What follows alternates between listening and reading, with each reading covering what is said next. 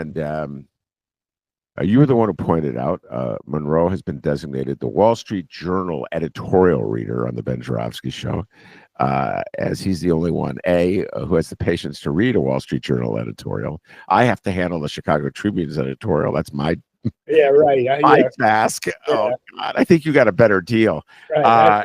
I personally knew people on the Tribune editorial board. In the old days. In the old days. Well, it's Yeah. not changed. Have you seen the change? I have absolutely no idea who's on the Chicago Tribune editorial board. This is the same editorial board. Yeah. Their editorials are absolute nonsense 90% of the time. Right. But the Wall Street Journal editorial, I've seen the headline, denounces the trade war. So they've shown in that one headline more courage than any of the mainstream Chicago newspapers, or at least the real corporate ones like the Trib and Cranes, who are hiding under a table out of fear of getting Trump mad at them.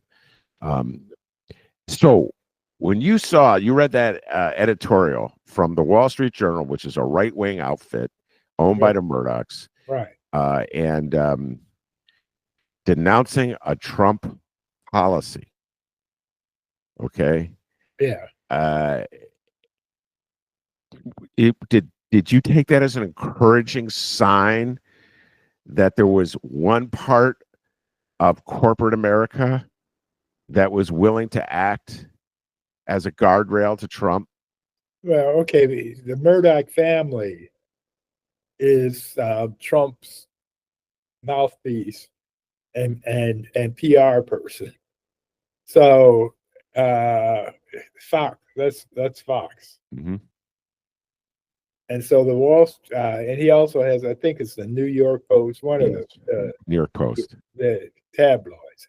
Mm-hmm. But he has many media outlets. Mm-hmm. So it's sort of like the right hand is doing one thing and the left hand is doing another. Yeah. But it's on the same body, and sometimes they will wash each other. Yeah, so it's not very encouraged. So you're not very encouraged. But no, but from a business, the business community is alarmed about the very rich people and corporations are alarmed because tariff wars hurt everybody. Mm. It's just like if it's a physical war.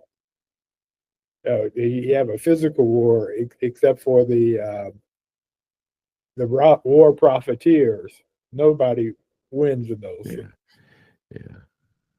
Yeah. It's funny. It's the tariff wars are partly endorsed by some labor, and I just shake my head at it. Like, Donald Trump and his movement is just destroying collective bargaining rights in this country. We're going to talk about the federal workforce, which is a unionized workforce to a certain degree. And he's claiming the rights to basically rip up collective bargaining agreements. Right. And so what makes... You put a 34-count convicted felon in charge, you're going to get crooked shit. Yeah. Illegal shit going on, period. Yeah. And so why any union would cheer on Trump, supposedly because he's representing their interests in a trade war with Mexico, is beyond me. Meanwhile, half of Trump land in this country has right to work laws that really limit union organizing in their states. So how you could think that this guy is standing in the best interest of unions and collective bargaining rights is beyond me. But again, Monroe, I feel as though so many people are like that New York Times reporter, like cutting their own little deals with Trump. Do you follow what I'm saying? Yeah. Like, all right, well, if I support him on this tariff proposal, maybe he won't pass a federal law annihilating the National Labor Relations Board. Oh, wait, he's already made a move to do that. So I think it's a failed strategy to try to appease Donald Trump. All right, let's move on to the two issues that he has been unrelenting on. That where I think his bite is every bit the equal of his bark, and that is his war on DEI and his war on federal employees. And we'll deal with the DEI first. In my opinion, DEI is a code word for black people. When Trump says DEI, and it's code word for black people, and it's an anachronism for integration. And so that's why it's we don't want. I mean, the DEI stands for integration.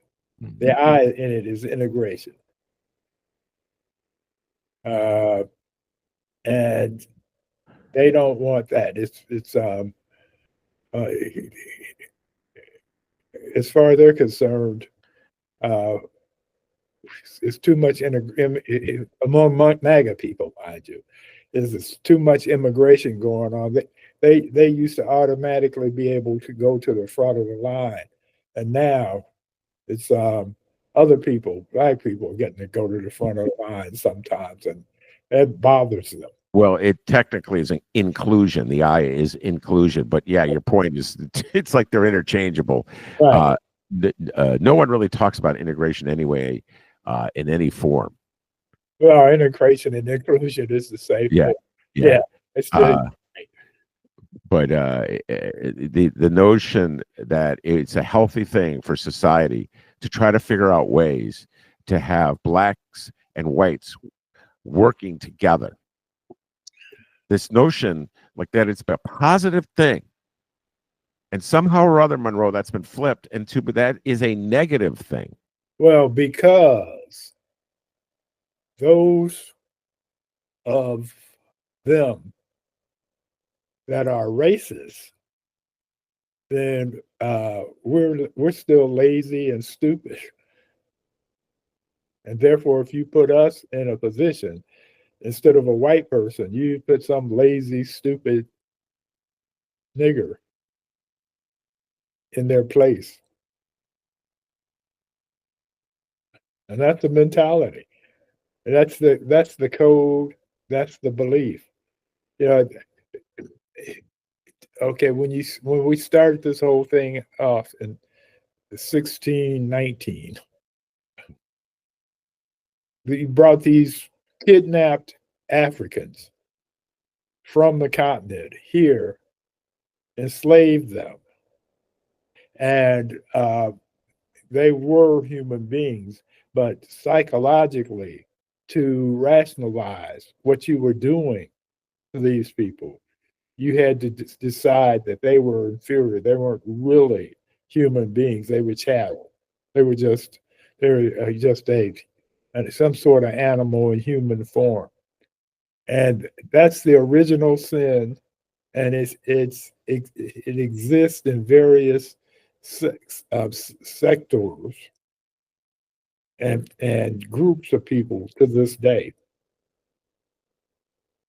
And if you put a dog in charge of something, you might like dogs, but they aren't supposed to be running things. Okay, that analogy is from Monroe Anderson. I did not come up with that analogy. How widespread do you think that attitude is? 40%. How much? 45. 45? No, I'm being a little facetious. I don't know. About 25 or 30%. 25, 30%? Yeah. And so, how much? All right, ladies and gentlemen, there's a reason he's known as America's foremost authority on white people. He's been living with them, around them, watching them his whole adult life. Yeah. Only his adult life, though. Right. He began in Gary. There were no white people in Gary. Very few. Okay. I didn't know one until I got to college. That's so wild. There were white people in Gary when you were living there, just a different neighborhood. My dear friend Milo was there when you were there. Okay. Yeah. He was in the white part of town. Yes. Yeah. He was at home man, and you were at Roosevelt. Right. Okay. Segregation Gary style, ladies and gentlemen, which is not that much different than segregation Chicago style. Right. All right. So, but you've been a professional in the city of Chicago since roughly 1970 or whatever, 1969, whatever it's been. Okay. Yeah. A professional. So you have access. You're around white people, professional white people, and a lot of these squishy North Side liberals that we were talking about. Yeah. All right. So, how many of them do you think, like in the back of their mind, are like agreeing with Trump on DEI? Oh, a lot. Oh, a lot. 45%. No, wait. Yeah, okay, let me explain something to You you. keep sticking to 45%. Yeah, right, exactly right.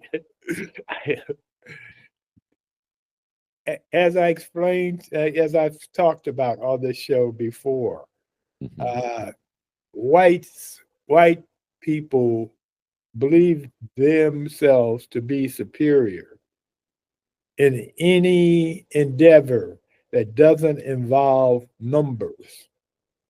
Wherever there are numbers, football, basketball, where the 3-point guard who has more baskets than somebody else. I mean, it's like, or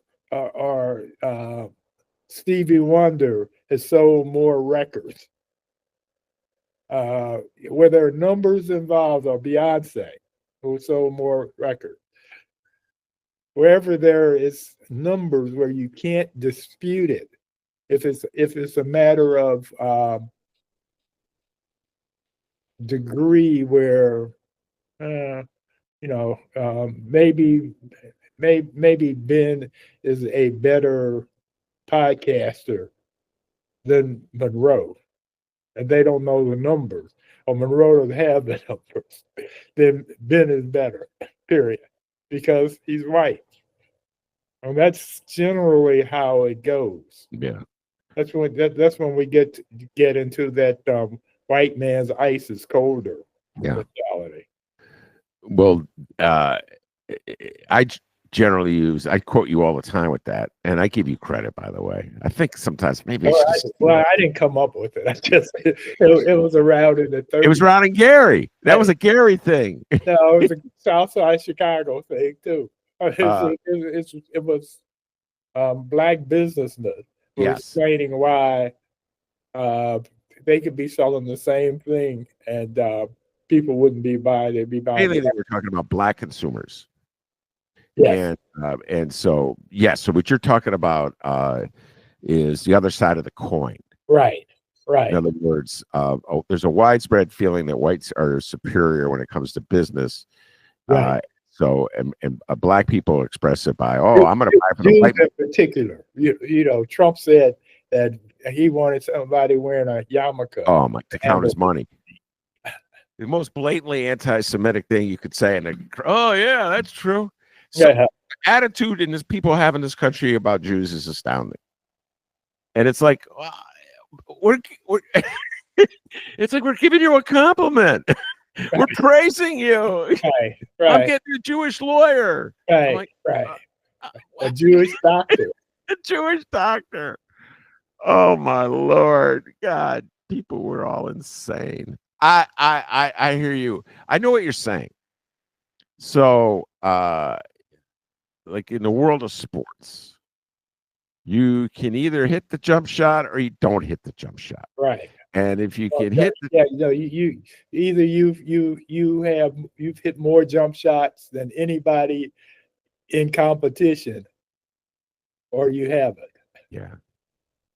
But the strange thing is, MAGA, I'm just telling you this, MAGA, the complete contradiction, hypocrisy here, there was a wall that kept black people out of professional sports, baseball and football and basketball for that matter. Okay. So once that wall was shattered or torn down, and blacks were able to play in professional sports, and particularly in colleges that had been all white, the sport improved. But if you're going to take DEI, the war against DEI, to its extreme, you go back. You go back to those days, right, Monroe? I mean, if you're going to take DEI to its extreme, you're not allowed to talk about the Tuskegee Airmen anymore. Yeah. Because I guess we're not allowed to talk about Jackie Robinson anymore. Right. Right. So we're going to stop is it anti-American to have a special day honoring Jackie Robinson? Right. Right. Yeah. No, Trump administration is talking about not honoring King Day, for example, because it's DEI connected. Yes. With anything that black people have done, it's discriminating against white people because it's talking about black people. No, any kind of achievement right. that a black person has made right. to conquer the segregation in this country right. Is viewed as propaganda by Trump. Right. And so as a result, you can't talk about the Tuskegee Airmen because they were fighting segregation in the armed forces. Right. And you can't talk about discrimination because it hurts white people's feelings. And we don't want to do that. It gives them an inferiority complex. All right. That's crazy. So I don't see this is where Trump's bite is every bit as bad as his bark, because I don't believe. Remember, you said you think that there's some businessmen in the back rooms whispering to Trump, "Hey, don't go too far on this tariff stuff, because it's going to cost me money," or you know, and or there's people saying, "Don't go too far with the deportation stuff because I need these workers to work in my farm in South Dakota." Okay, I don't think there's anybody in the back room saying, "Don't go too far on this hate black people Trump's stuff." back room, but there are people, white people. For example, Costco says, "Screw you. We're still going to practice diversity." Yeah, one corporation, Monroe. One. Right. Okay. Yeah. Right. Exactly. Costco. But I'm watching Meta raise the white flag. That's Facebook, ladies and gentlemen. Raise the white flag on this stuff. Yeah. McDonald's. McDonald's raising the white flag in this stuff, and I'm sure many other corporations will follow. Right. So I don't believe there's a significant. And the way they're rationalizing it is that all this diversity stuff is taking too much time and effort when they need to focus on making more money. Yeah, but I do believe the reason why there's not an outcry against it, a stronger outcry, I should say, a stronger outcry against it, is because I believe many white people quietly buy into it. Right. They do. They do. And one of the reasons they do is because the majority of white people don't know black people. They don't have any black friends. So if you have a relationship with black people, a real relationship, I'm not talking about you work in the same office or in the same factory, but you hang out when it comes to lunchtime or school, for that matter. You sit at the white table and they sit at the black table. I'm talking about where you actually have a relationship where you go out together, you have dinner together at each other's houses, what have you. You tell each other secrets, where it's a friendship. Yeah. It gets down to then human to human. Yes, these stereotypes don't work anymore for you. But if it's not that, then it's easy to believe the stereotypes. Yeah. Oh no, you can blame everything, every disappointment you have in your life, Right. a black person, which is what Trump did. Right. It was unbelievably so blatant when there was the helicopter crashed, Right. and with the jetliner or the and Yeah, but you know what's really interesting though with the diversity integration or is that it's more white women benefit from that than blacks. And one of the pilots was a white woman, but obviously the discrimination because white women frequently sleep with white men, so there's pillow talk. So so they know each other. Mm. So the discrimination, the stereotyping, isn't as profound as it is against black people. well, but it's still out there with women Oh, still because out there, yeah, yeah, it's still out there. exactly, And but you're right, it's not as deep. Oh my God! And then triple it for black women one more time, exactly, America. You exactly. couldn't vote for Kamala Harris. Exactly. Marie warned us. She warned us, Monroe. Yeah. She warned us. Right. She goes, white people are not going to vote for Kamala Harris, Ben. I go, come on, Del Marie. This is 2024 and Trump's a lunatic. Right. I'll vote for the white lunatic over the competent black woman anytime. The white sexual assault. Yeah, man. They'll Yeah. vote for any white guy Yeah, over a black woman. Yeah, right, exactly. Yeah, but it's pretty deep with women as well, but not nearly as deep as it is with black people. But when Trump did that thing, when he said, "Because it's diversity," and a reporter goes, "You have no proof of this." I'm paraphrasing. Yeah. Why do you say this? He goes, "Common sense." Right, exactly. Common sense. Right. Common sense. What the heck? As if he had any. Yeah. All right. And then it's been my personal observation. Yeah. Most people who believe in common sense don't know what it is. Wow. If they start spouting common sense to you, then chances are they have not. Yeah. They just think they do. Yeah.